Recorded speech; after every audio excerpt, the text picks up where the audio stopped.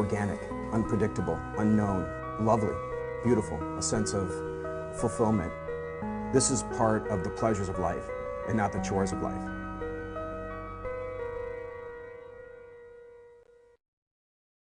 Something is spreading on campus, and it isn't just homecoming spirit. And find out what Governor Terry Branstad had to say about Planned Parenthood. And in sports, we'll hear about how 3 Iowa coaches are making an impact on Iowa athletics. All that and more coming up. Daily Iowan TV starts now.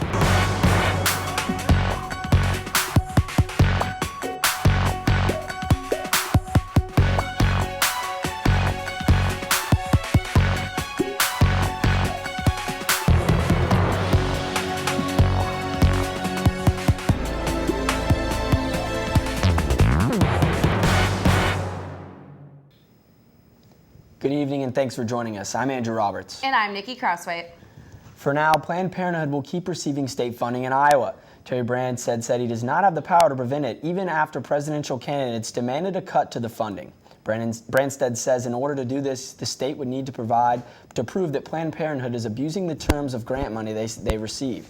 He also said that the funding does not pay for abortions. The Iowa Department of Health says that 60% of the 50 MUMP cases across the state are here at the UI, the highest recorded since 2006. Daily Iowan TV reporter Andrew Roberts took a look into what the university is doing to prevent more cases on campus. In early June, one of the first cases of the mumps, a contagious viral infection known to cause swollen salivary glands, hit the University of Iowa. Now, nearly 4 months later, the number of cases has risen dramatically, which raises the questions of what can be done to stop this mumps outbreak. The mumps, also known as epidemic parotitis, is a viral disease that can be transferred from person to person through droplet. This means the virus is mildly contagious and spread by coughing, sneezing, talking, sharing drinks or utensils, and touching objects with unwashed hands. Last week, the UI Health Center announced at least 30 cases of the mumps are currently at the university, and that number could grow due to student interaction. All university students, especially ones in residence halls and the Greek houses, athletic teams, there are definitely groups of people on campus that are close together, close proximity, and maybe sharing living conditions. So, if you feel you may have any of these symptoms, you may have the mumps. James says in order to benefit everyone around you, you should seek medical examination. Pay close attention to your health, keep track of what information we're trying to send out, and do what you can to wash your hands and keep yourself healthy. Stay away from sick people. And hopefully things will just settle down and it's not going to be any more of an ongoing problem for students. While there may not be one stone-cold solution, the UIHC recommends following these common sanitary steps to help prevent the spread of mumps on campus. Reporting from West Lawn, I'm Andrew Roberts for Daily Iowan TV. The UI hospital will soon be at the forefront of disease prevention. It was chosen as one of 6 healthcare facilities designated prevention epicenters by the Centers for Disease Control.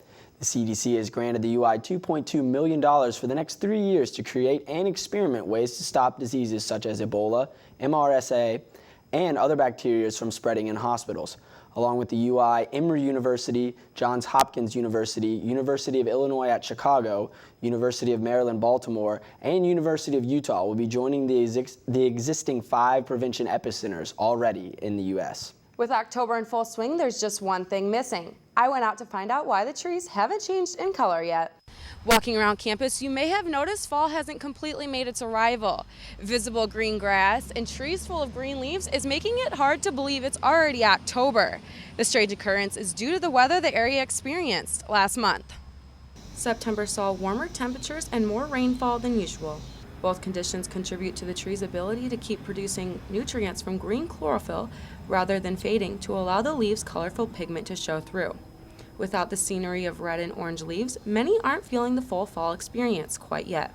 I've had the chance to drive around the countryside a little bit too, and yeah, it definitely doesn't quite seem like fall without the leaf color, does it? The fall leaves aren't stopping people from partaking in fall activities, though.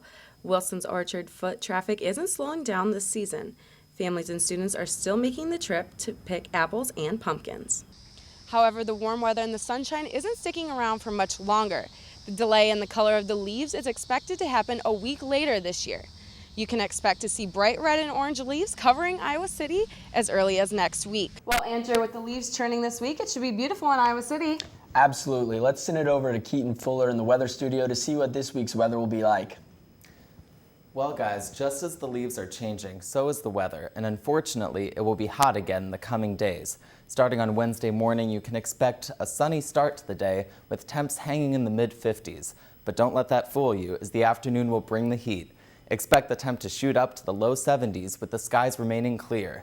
As for the evening, we should see a minimal drop to the temp, down to a high of 71 with partly cloudy skies. Taking a look at the rest of the week, Thursday there's a chance of rain.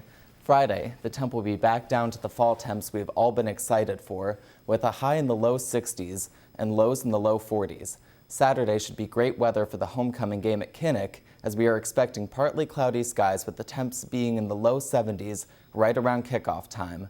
On Sunday and Monday, be ready for some warmer weather, just as the fall weather will hold off for just a bit longer.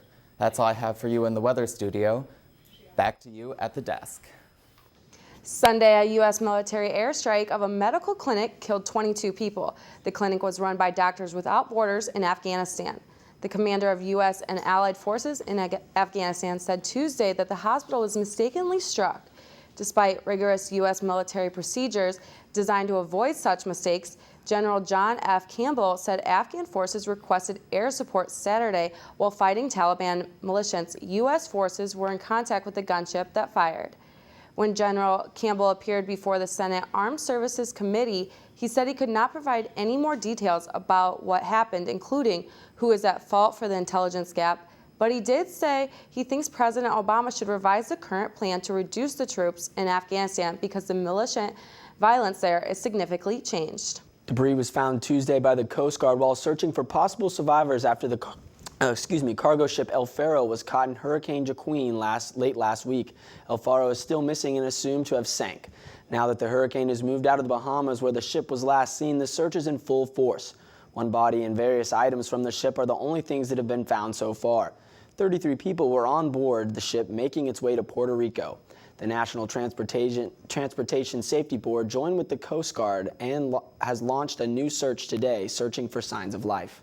A new program through Tippie is hoping to advance female MBA students. The Tippie College of Business has created a 2-year leadership program for females in the MBA program. The Kathleen Dory Henry B. Tippie's Women's MBA Leadership Program works on getting more female students into more leadership jobs. The program uses mentorship, trainings, and student scholarships.